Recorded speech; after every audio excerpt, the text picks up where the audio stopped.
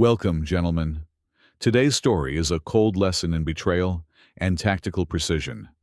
Sit back, stay sharp, and enjoy the listen.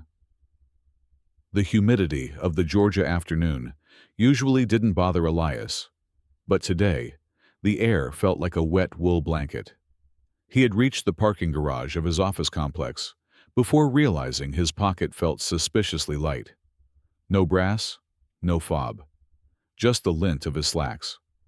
With a sigh and a glance at his watch, he had a meeting with a developer in 90 minutes. Elias turned his SUV around.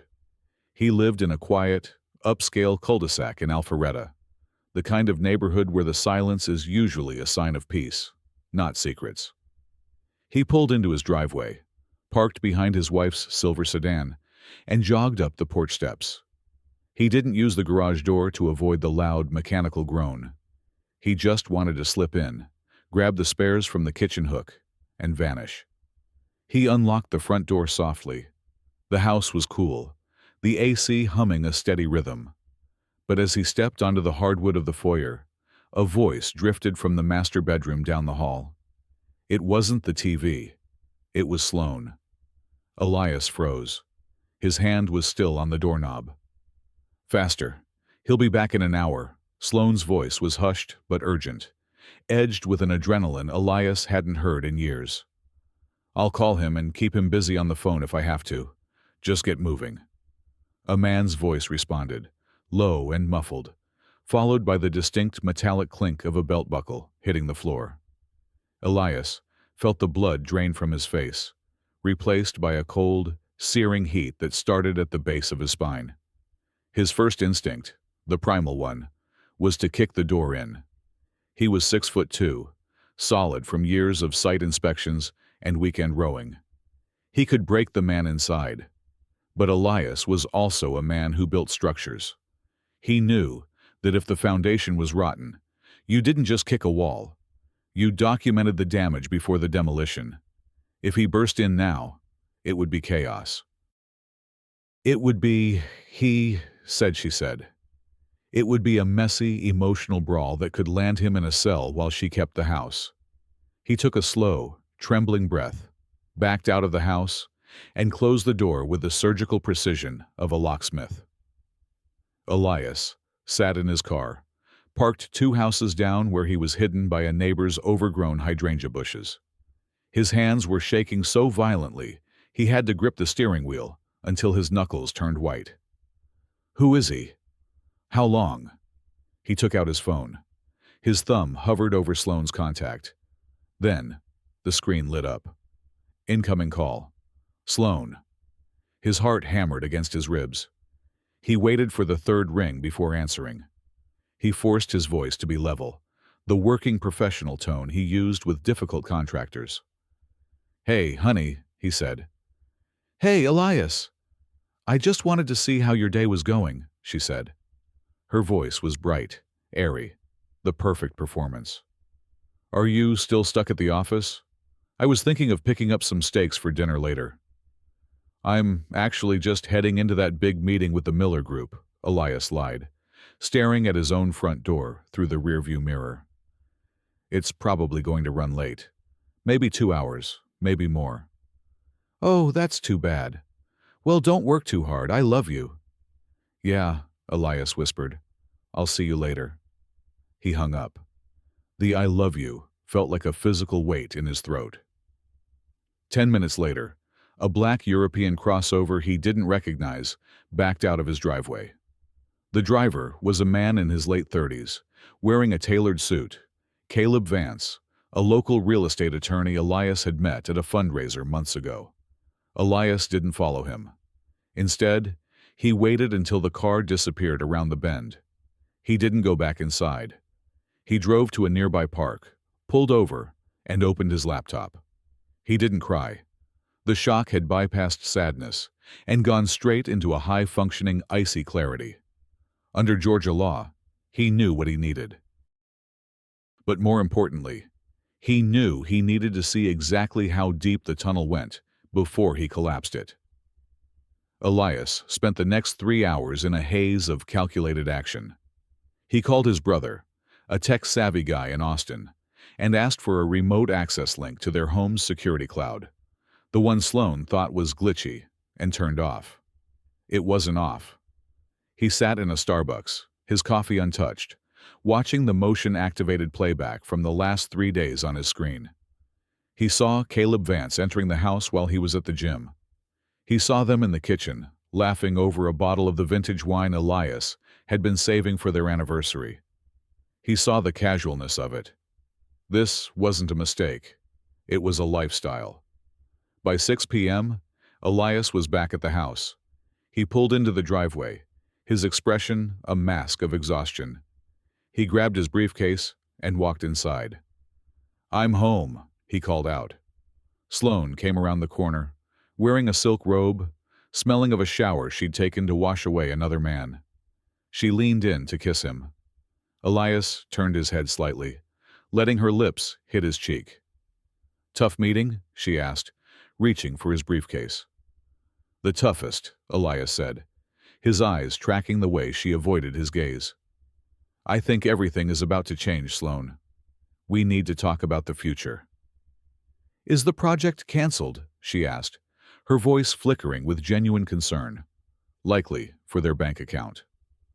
"No," Elias said, sitting down at the kitchen table and sliding a manila folder he'd put together at a 24-hour print shop across the granite countertop. "The project is just beginning," Sloan frowned, her hand reaching for the edge of the folder. "What is this?" "Open it," Elias said. The kitchen was silent, save for the hum of the refrigerator. Sloan pulled the first sheet of paper from the manila folder. It wasn't a contract or a blueprint. It was a high-resolution still frame from their own foyer camera. Caleb Vance, adjusting his tie as he walked out the door at 2:14 p.m. that afternoon. Sloan's face went from curious to a ghostly, chalky white in 3 seconds. She didn't scream. She didn't deny it. She simply stopped breathing for a moment, her fingers trembling against the paper. "Elias," she whispered, her voice cracking. I can explain this. It's not—" "Stop," Elias said. The word wasn't a shout. It was a heavy, rhythmic command. "I forgot my keys, Sloan. I was at the front door while you were on the phone with me. I heard everything. I heard you tell him you'd hold me off with a phone call." He watched her eyes dart toward the back door, then to her phone on the counter. The typical American panic, the realization that the comfortable safety net of a suburban life was unraveling. "Is this the first time?" Elias asked, his voice devoid of emotion. "Yes. I swear, Elias, it was just—" He slid the second photo across. It was dated 3 weeks prior, then the third, 2 months ago. Caleb's black crossover parked in the driveway, while Elias was at a site visit in Savannah. "Don't lie to me anymore," Elias said, leaning back. "It's insulting to both of us. You didn't just invite a man into our bed. You invited a real estate attorney into our marriage. Do you have any idea how high the stakes are now?" Sloan began to sob, the messy, loud kind of crying meant to trigger a husband's protective instincts. A year ago, Elias would have reached out to comfort her. Now, he just watched her, like a structural flaw in a beam. He realized he didn't feel heartbreak. He felt a profound sense of waste. "I want you to pack a bag," Elias said, standing up. "You can't just kick me out," Sloan snapped, her fear turning into a flash of litigious defiance. "This is my house too. Georgia is an equitable distribution state, Elias. You know that." "I do," Elias replied calmly. "And I also know that you signed a post-nuptial agreement 2 years ago when we restructured the business assets for the firm. Page 12, Section 4. The infidelity clause regarding the co-mingled property. You insisted on it, remember? You said it was to protect our legacy, because your father lost everything to your stepmother." The defiance drained out of her. She had forgotten. In her boredom and her pursuit of Caleb Vance, she had forgotten the very paperwork she had pushed for to secure her own greed. "I've already called my attorney," Elias continued. And since Caleb is an officer of the court and a member of the state bar, I think he'll be very interested to know that I'm filing a formal grievance regarding his conduct with a client's spouse during active business negotiations. It won't disbar him, but it'll ruin his reputation in this town. He won't be able to close a title search in this county for a decade. You're destroying everything, she hissed, the mask of the loving wife finally slipping to reveal something cold and bitter. No, Elias said, walking to the front door and opening it wide. I'm clearing the lot. You destroyed the house. Now get out. Sloane realized then that there was no winning this.